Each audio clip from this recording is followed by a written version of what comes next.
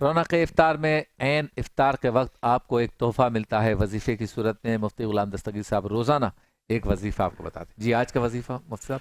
बिस्मिल्लाहिर्रहमानिर्रहीम। आज का जो वजीफ़ा है वो तकरीबन ख़ास कर कराची वालों के लिए, ये तो पूरी दुनिया के लिए, लेकिन ये कि पाकिस्तान में कराची जो समंदर है तो यहाँ पर साइनेस का मसला बहुत ज़्यादा लोगों को होता है।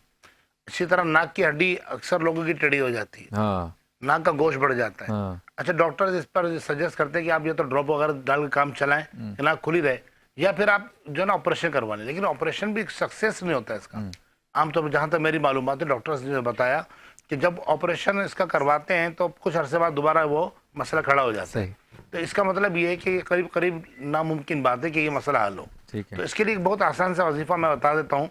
आपने क्या करना है कि पानी की बोतल, पीने वाला पानी भर लें, और उसके बाद रोजाना किसी भी एक टाइम, मखसूस अय्याम में खवातीन ना पड़े, किसी भी एक टाइम सूरह अल नशर 21 मरतबा पानी की बोतल पर, जैसे पानी की बोतल है ना, बड़ी पानी की बोतल लेनी, एक मरतबा दम कर लें। अब इस पानी को पीना नहीं है आपने, अच्छा, तो करना क्या है, इस पानी को कपड़ा बिछा लें ताकि जमीन पर ना गिरे। थोड़ा सा पानी हाथ में लिया, इसको सूंघना है, ऊपर चढ़ाना है, ठीक है। लेकिन रोजे की हालत में ये ना करें वरना रोजा टूट जाएगा। हाँ। ठीक है, इस सहर इफ्तार में करें। ये पानी दिन में 5-6 टाइम सूंघे, अब सूंघेंगे तो पानी कम हो जाएगा। ये पानी कम हो जाएगा, अगले दिन फिर पानी भर ले, फिर दम कर ले। तो रोजाना दम करते रहे, इंशाल्लाह हफ्ते 1.5 हफ्ते बाद नाक की हड्डी भी सीधी होना शुरू हो जाएगी, इंशाल्लाह गोश्त भी खत्म होना शुरू हो जाएगा, और जो नाक जाम रहती थी, बंद रहता था, नज़ला भरा हुआ था, वो नज़ला बहना शुरू हो जाएगा। सूरह अलम नशरा, सूरह अल नशरा 21 मरतबा पढ़ लें। क्या बात है।